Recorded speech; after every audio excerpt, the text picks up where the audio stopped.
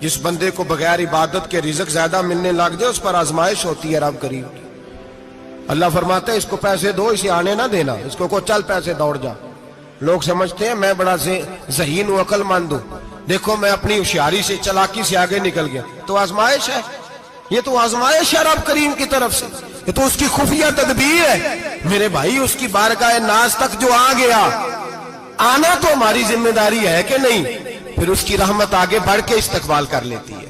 پھر اللہ کا فضل اس کو تھام لیتا ہے اس بندے کو۔ اور خدا کی رحمت کتنی زیادہ ہے، میرے حبیب کریم سید عالم صلی اللہ علیہ وسلم نے فرمایا اللہ نے اپنی رحمت کے 100 حصے کیے ہیں۔ حضور فرماتے ہیں ایک حصہ اللہ نے دنیا میں نازل کیا ہے۔ کتنا؟ ایک حصہ۔ فرمایا یہ جو ماں بیٹے سے پیار کرتی ہے، باپ بیٹے کے لیے مزدوری کرتا ہے، جو بہن بھائی کے لیے روتی ہے، یہ جو بیوی شوہر کے لیے دعا مانگتی ہے، یہ جو بچے ماں باپ سے پیار کرتے ہیں، فرمایا یہ اس ایک رحمت کا نتیجہ ہے، ایک رحمت کا نتیجہ۔ تو صحابہ کہنے لگے یا رسول اللہ وہ 99 کدھر ہیں؟ نبی پاک نے فرمایا رب کریم نے سنبھالی ہوئی ہے، قیامت کے دن تمہیں عطا فرمائے گا۔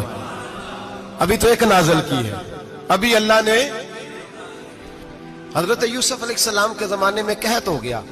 تو جناب یوسف علیہ السلام نے، کیونکہ آپ اللہ کے نبی سے پہلے سے جان گئے قحط ہوگا، تو حضرت یوسف نے گندم پہلے سٹاک کر لی تھی بہت زیادہ۔ باقی علاقوں میں جب قحط پڑا نا، اب سب لوگوں نے مصر کی طرف رجحان کیا گندم لینے کے لیے، تو حضرت یوسف علیہ السلام نے نا شہر کے دروازے پر بندے کھڑے کر دیے، فرمایا جو بندہ آئے نا اسے 2 سوال پوچھنا، جو آئیں گے لوگ گندم خریدنے، جو آئے 2 سوال پوچھنا، ایک پوچھنا کہاں سے آیا ہے اور ایک پوچھنا لے کے کیا آیا ہے۔ ایک پوچھنا، سمجھ آ رہی ہے بات کی، اور دوسرا پوچھنا کہ لے کے سونا لے کے آیا ہے، چاندی گندم خریدنی ہے تو کیا چیز لے کے آیا ہے، کہ نقد پیسے لایا ہے، یہ پوچھ لینا۔ جو آئے 2 باتیں پوچھنا، ایک پوچھنا کہاں سے آیا ہے اور دوسرا پوچھنا کیا۔ ایک روایت میں 3 سوال بھی ہیں، لیکن فرمایا پوچھنا 2 سوال ضرور۔ انتظار تھا نا بھائیوں کا کنان سے آنے والوں کا، فرمانے لگے سب سے 2 سوال پوچھنا، جب کنان والے آئے نا ان سے صرف اتنا پوچھ لینا کہ وہ کہاں سے آئے ہیں۔ اگر پوچھے نا کنان سے آئے ہیں تو پھر یہ نہ پوچھنا کیا لے کے آئے ہیں، پھر میں جیبیں خود ٹٹول لوں گا وہ کیا لے کے آئے۔ باقیوں سے 2 سوال، جب میرے بھائی آئے نا، بھائی بھائیاں دے ویری ہوندے تے بھائی بھائیاں دیا باواں، جب میرے بھائی آئے تو ان سے یہ نہیں پوچھنا کہ وہ کیا، بس یہ پوچھنا کہ کہاں سے، اتنی بات پوچھنا، باقی میں پوچھ لوں گا۔ آپ فرمانے لگے رب بھی فرشتوں سے کہتا ہے تم قبر میں نا میرے بندوں سے زیادہ سوال نہ کرنا، بس یہ پوچھ لینا مجھے مانتے ہیں، میرے نبی کو مانتے ہیں، قبر میں تم اتنے سوال پوچھ لینا، باقی لے کے کیا ہے وہ میں خود ہی پوچھ لوں گا۔ فرشتوں کے سامنے رب کریم اپنے بندے کو بے آبرو کرنا، بس تو یہ بتا دے اللہ رسول کو مانتا ہے کہ نہیں، باقی جو تیرا حساب کتاب ہے نا اللہ فرماتے ہیں میں قیامت میں کر لوں گا، میں پوچھ لوں گا اس کا کیا علاج کرنا ہے، بس تم اتنا بتا دو مجھے مانتے ہو، میرے رسول کو، میرے بھائی، میرے نبی کریم علیہ السلام فرماتے ہیں جو بندہ توبہ کرنے والا تھا، اللہ کی بارگاہ میں آنے والا تھا، بار بار توبہ کرتا تھا، احساس رہتا تھا، اسے احساس تھا، آیا کرتا تھا، پھر بھی غلطیاں ہو گئی، قیامت کے دن رب کریم اپنے فضل کی چادر اس پہ ڈالے گا، فضل کی چادر ڈالے گا، اور رب کریم اس سے پوچھے گا یہ گناہ کیا تھا، اور نبی پاک فرماتے ہیں اس نے بڑے بھی گناہ کیے، اللہ چھوٹے چھوٹے گناہوں کے بارے میں پوچھے گا، یہ غلطی کی تھی، یہ گناہ، بندہ ڈر رہا ہے، وہ کہہ رہا ہے پتہ نہیں سزا کیا ملے گی، چونکہ دنیا میں بھی ڈرتا رہا، یہاں بھی ڈر رہا ہے، شرط یہ ہے کہ احساس والا ہو، آتا رہو، پھر بھی غلطیاں ہو گئی، خیال کرتا تھا، محنت کرتا تھا، نیک ہونے کی جدوجہد کرتا تھا، کوتاہیاں رہ گئی،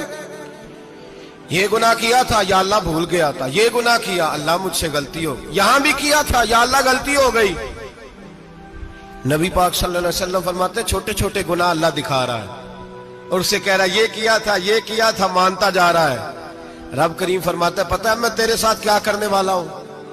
ٹانگیں کانپ گئی، یا اللہ پتہ نہیں، فرمایا میں تجھے ان گناہوں کے بدلے نیکیاں دینے لگا ہوں، ان گناہوں کے بدلے نیکیاں۔ نبی پاک فرماتا ہے فٹافٹ ہی بول پڑا، کہنے لگا یا اللہ میں نے تو بڑے بڑے گناہ بھی کیے، اگر تو نے گناہوں کے بدلے نیکیاں دے دیا تو میرے تو بڑے بڑے پاپ بھی ہیں، وہ دوسرے کدھر ہیں؟ تو میرے حبیب کریم علیہ الصلوۃ والسلام فرماتے ہیں رب مسکرائے گا جو رب کی شان کے لائق ہے۔ اللہ فرمائے گا تیرے دل میں احساس تھا، تو آیا کرتا تھا، تو توبہ کرتا تھا، تو میری بارگاہ ناز میں آتا تھا، پتہ تیرے اوپر چادر کیوں ڈالی ہے؟ یا اللہ نہیں، فرمایا میں تجھے اپنی رحمت کی چادر میں چھپا کے جنت میں داخل کرنا چاہتا ہوں۔ میرے بھائی تو آ تو صحیح، تو پہنچ تو صحیح۔ میرے نبی کریم علیہ الصلوۃ والسلام نے ایک دن صحابہ سے پوچھا ایک بات تو بتاؤ، بخاری مسلم کی حدیث ہے، یا رسول اللہ پوچھئے۔ نبی پاک صلی اللہ علیہ وسلم نے فرمایا اگر کوئی آدمی صحرا میں سفر کر رہا ہو، بہت بڑا صحرا ہو،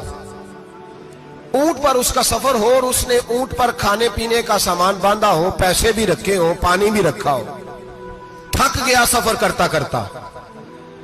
درخت کی ایک ٹہنی کے ساتھ اونٹ کی نکیل باندھی اور درخت کے نیچے لیٹ گیا آرام کرنے کے لیے۔ اللہ کے حبیب فرماتے ہیں اچانک اس کی آنکھ لگ گئی، جب جاگا تو اس نے دیکھا کہ اونٹ تو غائب ہو گیا ہے، اب نہ کھانا ہے، نہ پانی ہے، نہ پیسے ہیں، اور صحرا بڑا لمبا ہے، پیدل سفر بھی نہیں کر سکتا۔ تھوڑا سا ڈھونڈا، پھر موت کا انتظار کرنے لگا، سوچنے لگا اب موت آئے گی، اب مر جاؤں گا۔ اللہ کے محبوب فرماتے ہیں تھوڑی دیر گزری، جب بالکل مایوس ہو گیا تھا تو اچانک نظر پڑی تو اونٹ اس کا سامنے کھڑا تھا۔ نبی پاک صحابہ سے پوچھتے ہیں بتاؤ، اس کی کل کائنات اجڑ گئی تھی، راز ضائع ہو گئی تھی، ہر شے لٹ گئی تھی، دوبارہ اسے مل گئی ہے، بتاؤ اسے کتنی خوشی ہوگی؟ صحابہ کہنے لگے یا رسول اللہ نئی زندگی مل گئی اس بندے کو، وہ ساری دنیا سے زیادہ راضی ہے۔ تو میرے کریم رسول صلی اللہ علیہ وسلم نے فرمایا رب کریم کا نافرمان بندہ جب اس کی بارگاہ میں آ کے توبہ کرتا ہے تو اللہ اس سے بھی زیادہ راضی ہو جاتا ہے۔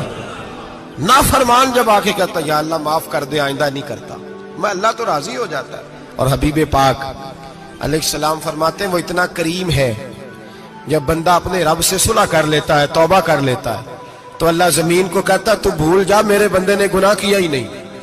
آسمان سے کہتا تو بھول جا میرے بندے نے گناہ کیا ہی نہیں۔ پھر رب کریم فرشتوں سے فرماتا ہے کہ مٹا دو جو تم نے لکھا تھا، میں نے اپنے بندے کے ساتھ صلح کر لی ہے۔